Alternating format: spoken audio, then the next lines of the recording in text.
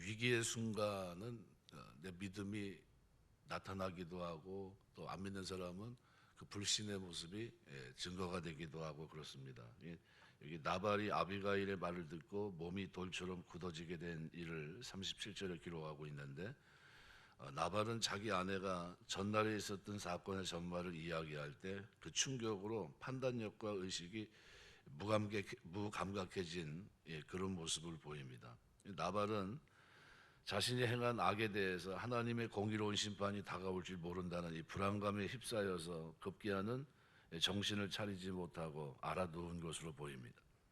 악인은 결과가 이렇게 좋지 않습니다. 그런데 의인은 회개하겠죠. 시련을 당하고 위기를 만났을 때 모두가 실패하는가? 그건 아닙니다.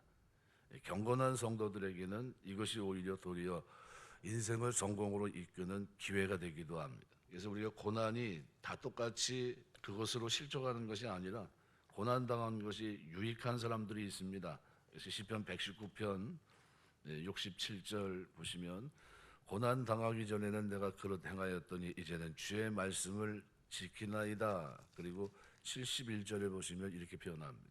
고난 당한 것이 내게 유익이라 이로 말미암아 내가 주의 율례들을 배우게 되었나이다. 그랬습니다. 고난이 오늘 믿음의 사람들, 경건한 사람들에게는 오히려 축복이 된다는 겁니다. 예수 그리스도의 십자가가 실패처럼 보였지만 사실은 영광의 문을 여는 서곡이 된 것처럼 성도인 우리가 당하는 시련은 하나님의 축복을 받는 기회입니다. 야고보서 1장 4절 이는 너희로 온전하고 구비하여 조금도 부족함이 없게 하려 함이라. 우리가 원하지 않는 시련을 경험하는데 그 하나님이 집어넣는 게 그게 나에게 유익을 위해서입니다. 그러니까 성도를 강하고 온전하기 위해서 우리가 보통 보리 농사 접으시는 거 보셨죠? 발로 꺾어버립니다. 첫 나온 이 순을.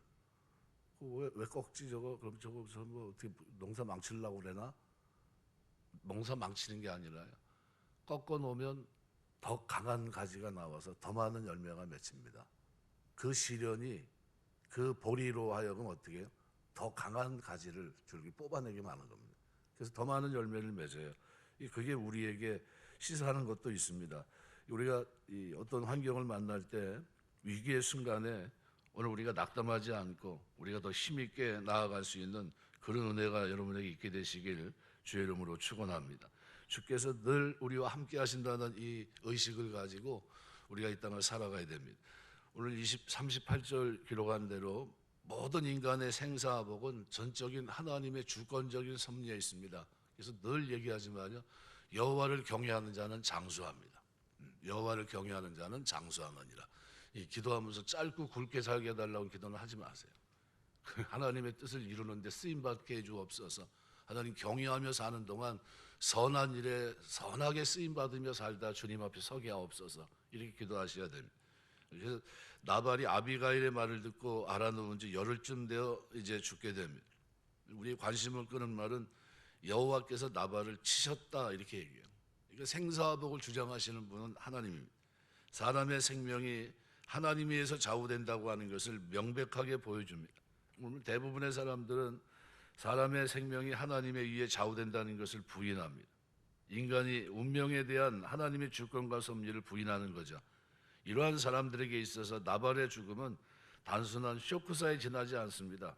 물론 의학적으로 그의 사망 원인을 추정한다면 쇼크사로 판정할 수 있을 겁니다. 그런데 우리가 주목할 것은 결과 이전에 그로 하여금 사망에 이르게 한 원인입니다. 그러니까 인간의 수명은 하나님께서 주관하십니다. 그분이 임의로 연장하시고 그리고 그분이 단축하기도 합니다. 어리석은 부자의 비유를 보면 누가복음 12장 16절에서 21절의 기록인데요. 하나님께서는 건강과 재산 등 모든 것에서 아무 부족함이 없는 부자를 향해서 어리석은 자여 오늘 밤에 내 영혼을 도로 찾으리니 그러면 내 예비한 것이 네 것이 되겠느냐 그랬습니다. 히스기야가 죽을 운명에 놓여 있을 때 하나님께 간구합니다. 하나님은 그의 생명을 고쳐주신 것뿐만 아니라 15년이나 연장하십니다. 열왕기하 20장 1절에서 11절의 기록입니다. 이뿐만이 아닙니다. 우리 주위에는 중환병에 걸려 얼마 살지 못할 것이라고 판정을 받은 사람이 건강을 되찾아 장수하는 경우가 있는가 하면 어떤 경우는 건강했던 사람이 갑자기 돌연사하는 경우도 있습니다. 이거 뭘 얘기하냐면요, 사람의 운명을 결정하는 거대한 손이 있다는 것을 우리가 인식하셔야 됩니다. 사람의 운명은 하나님이 결정하십니다. 그래서 우리 말에는 인명은 제천이다, 옛날 어른들이 얘기를 했죠. 근데 하나님은 당신의 뜻에 따라 사람의 운명을 정하십니다. 성경은 참새가 떨어지는 것도 하나님의 섭리와 허락 없이는 안 된다. 마태복음 10장 29절. 공중에 나는 새 한 마리도 땅에 있는 마른 들풀도 하나님이 허락하지 않으면 일어나지 않는다는 거예요. 하물며 인간의 생명은 어떻겠습니까? 그가 불신자가 되었든지 성도가 되었든지 모든 인간 생사화복의 주권은 하나님께 있습니다. 우리는 입술의 열매를 먹고 삽니다. 그래서 좋은 날 보기를 원하는 사람은 자꾸 말로써 이게 아유 다 살았어, 그만 살아야 돼, 이런 소리 하면 안 됩니다. 예? 절대로 그런 거는 어떻게 해요? 입에서 나 스스로 그런 열매가 맺히면 안 되고, 말로도 평상시 말에 고백이 있어야 됩니다. 하나님 경외하는 자에게 장수하게 하셨으니 하나님 나에게 경외하는 동안 하나님 내 날들이 흐트러지지 않게 하시고 정한 날을 살 수 있도록 은혜 달라고 기도하셔야 됩니다. 사도행전 12장 23절에 헤롯은 영광을 하나님께 돌리지 아니한 고로 주의 사자가 곧 친히 충이 먹어 죽었다 그랬습니다. 그의 날이 더 장구하게 있었을 텐데 영광을 하나님께 돌리지 않기 때문에 충을 먹어 그를 죽게 했다 그랬습니다. 사도행전 17장 25절에도 무엇이 부족한 것처럼 사람의 손으로 섬김을 받으시는 것이 아니니 이는 만민에게 생명과 호흡과 만물을 친히 주시는 자이심이라. 하나님은 만물에게 모든 생명과 호흡과 만물을 친히 주시는 자이십니다. 우리가 살아가면서 하나님 백성으로 살아가는 동안 생명의 주관자이신 하나님께 구하게 되시길 주의 이름으로 축원합니다. 그래서 우리 입술의 열매를 자꾸 먹는 거기 때문에 믿음으로 고백을 하면서 살아야 됩니다. 하나님 장수하게 없어서, 해로하게 없어서 늘 기도하셔야 돼요. 또 오늘 본문을 대하면서 보복하는 것이 하나님께 있다는 것을 하나님이 분명히 보여줍니다. 그래서 39절 말씀의 기록을 보시면 나발이 죽었다함을 듣고 나발을 하나님이 심판하십니다. 하나님께서는 다윗의 손으로 피를 흘리게 아니하시고 원한을 풀어주신 겁니다. 그래서 복수는 하나님께 있습니다. 이게 절대로 우리가 원수 갚으려고 해서는 안 됩니다. 하나님의 주권에 속한 일입니다. 신명기 32장 35절 기록대로 악인에게는 하나님께서 적당한 때 적당한 방법으로 벌하십니다. 더 나아가 예수 그리스도의 가르침은 원수까지도 사랑해야 된다는 가르침이 우리에게 있습니다. 마태복음 5장 44절 너희 원수를 사랑하며 너희를 핍박하는 자를 위해 기도하라. 이것이 우리 마음속에 새겨져 있다면 우리는 어떻게 보복하지 말아야 돼요. 물론 이것이 생각처럼 쉽지 않습니다. 평소에는 할 수 있을 것 같은데 막상 누군가 나를 향해 한 맺힐 만한 해를 가했다고 생각해 보십시오. 기도가 나옵니까? 기도가 안 나요. 예. 그래도 하나님 앞에 엎드리셔야 돼요. 하나님 이거 살려달라고.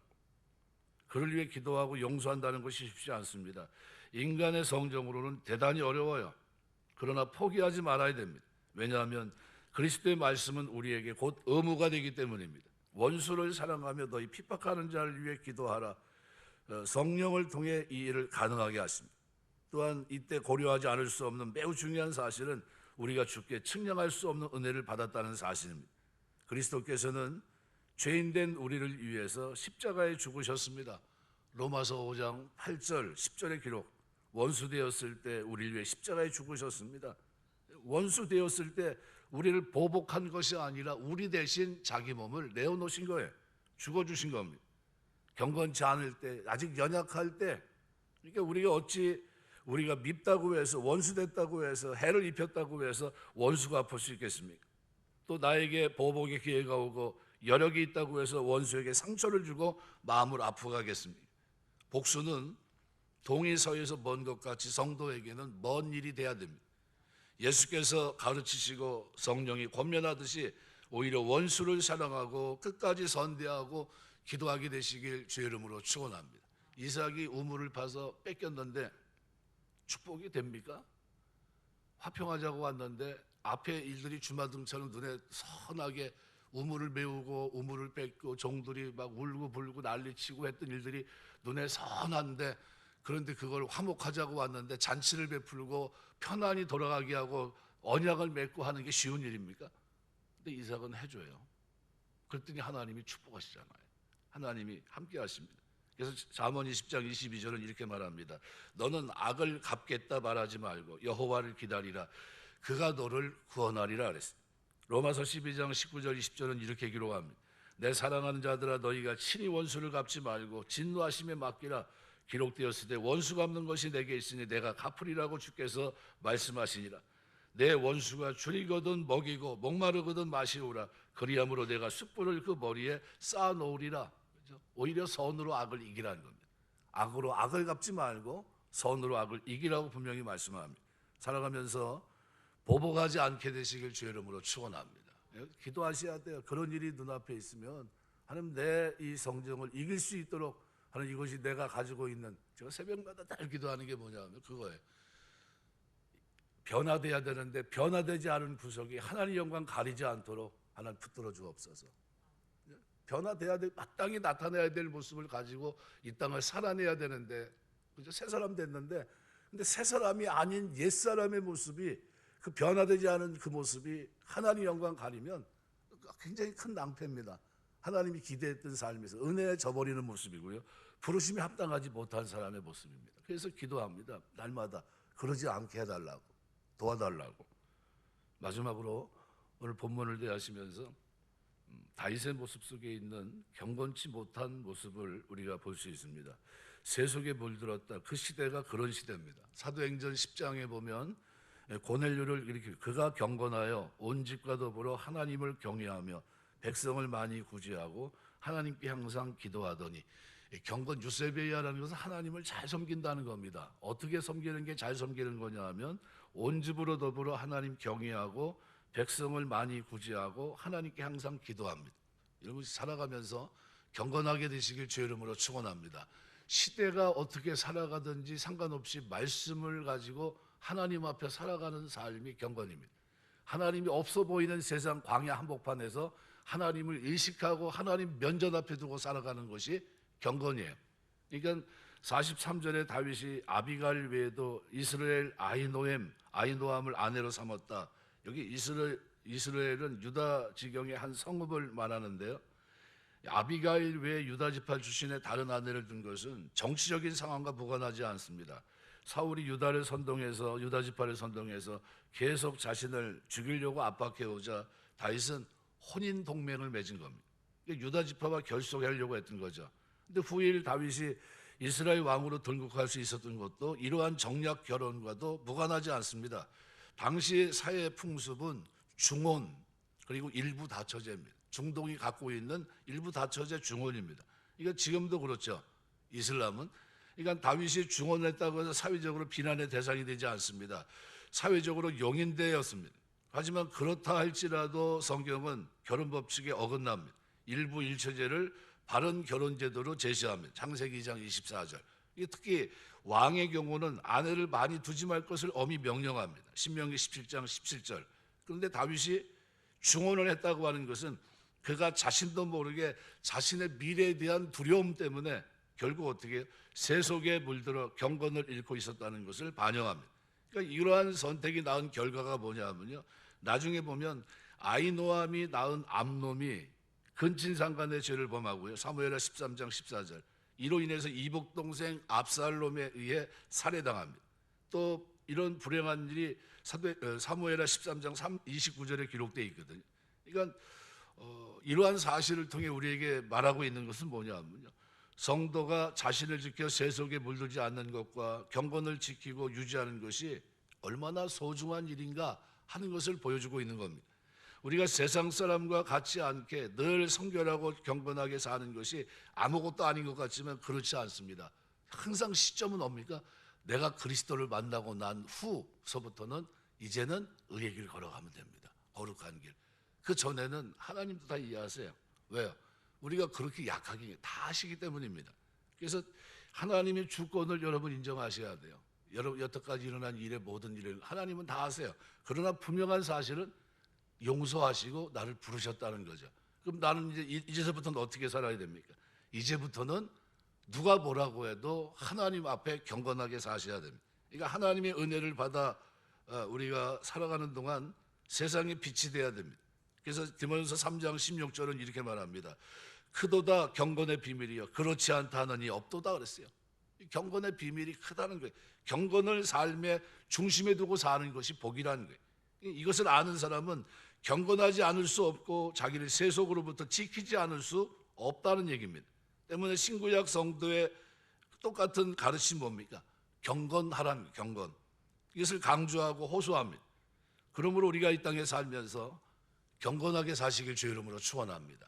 경건하는 거예요. 지난 날에는 내가 좀 부족했지만 이제 주님 앞에 경건하게 삽니다. 나를 붙들어 주옵소서. 이제 모든 결정이 하나님 말씀 앞에 하나님을 기쁘시게 하는 결정이 될 수 있도록 도와주옵소서. 기도하시고 이제는 어떻게 해요? 이제는 하나님 자녀답게 살면 됩니다. 그래서 예배서 5장 7절 8절 그러므로 저희와 함께 참여하는 자 되지 말라. 너희가 전에는 어둠이더니 이제는 주 안에 빛이라. 빛의 자녀들처럼 행하라. 이게 경건이에요. 야고보서 1장 27절 하나님 아버지 앞에서 정결하고 더러움이 없는 경건은 고아 과부를 환난 중에 돌아보고 또 자기를 지켜 세속에 물들지 아니하는 이것이니라. 언제부터 이렇게 산다고요? 구원받고 난 후서부터요. 전에는 실족할 수 있고 잘못할 수 있었지만요. 하나님이 나를 부르신 이상 하나님 어떻게 우리의 죄를 묻지 아니하시고 다 덮어버리십니다. 그러면 그 다음서부터는 뭐예요? 이제는 자유함을 가지고 나를 부르신 하나님 은혜에 감사합니다 하면서 노래하면서 감사하면서 어떻게 살아야 돼요? 경건하게. 그때서부터 그렇게 사시길 주의 이름으로 축원합니다. 이건 절대로 하나님의 은사가 부르심에 후회하심이 있어요 없어요? 없습니다. 하나님 우리를 그때 부르신 거예요. 다 아세요. 하지만 이제서부터는 하나님이 내 삶을 기대하시는 것이 있습니다. 어떻게 해요? 경건하게 세상 속에 세속에 물들지 않고 하나님의 말씀의 가치를 앞에 두고 살아내기를 원하십니다. 말씀을 맺겠습니다. 성도 구원받은 자가 이 땅에 살아가는 동안 하나님의 주권적인 섭리를 꼭 기억하셔야 돼요.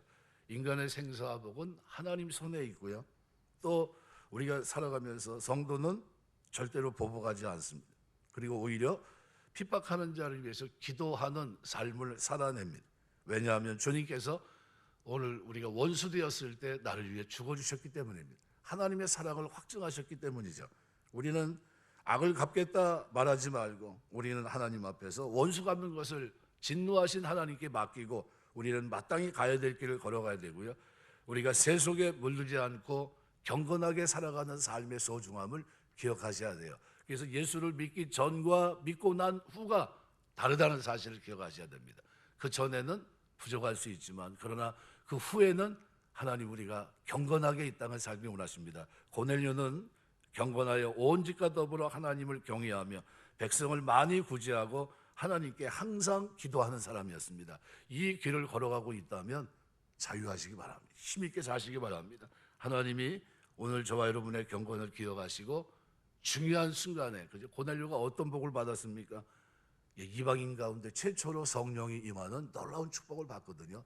하나님은 경건, 세상 사람 뭐라고 하든 말든 하나님 앞에 신전의식 가지고 살아가는 그 삶을 살아내는 그 사람을 기억하시고 그를 통해 영광을 받으시고 축복하시는 줄 믿습니다. 이런 은혜가 이 새벽에 참여한 여러분들의 삶 속에 걷는 걸음 속에 충만하게 임하게 되시길 주의 이름으로 축원합니다. 기도하겠습니다.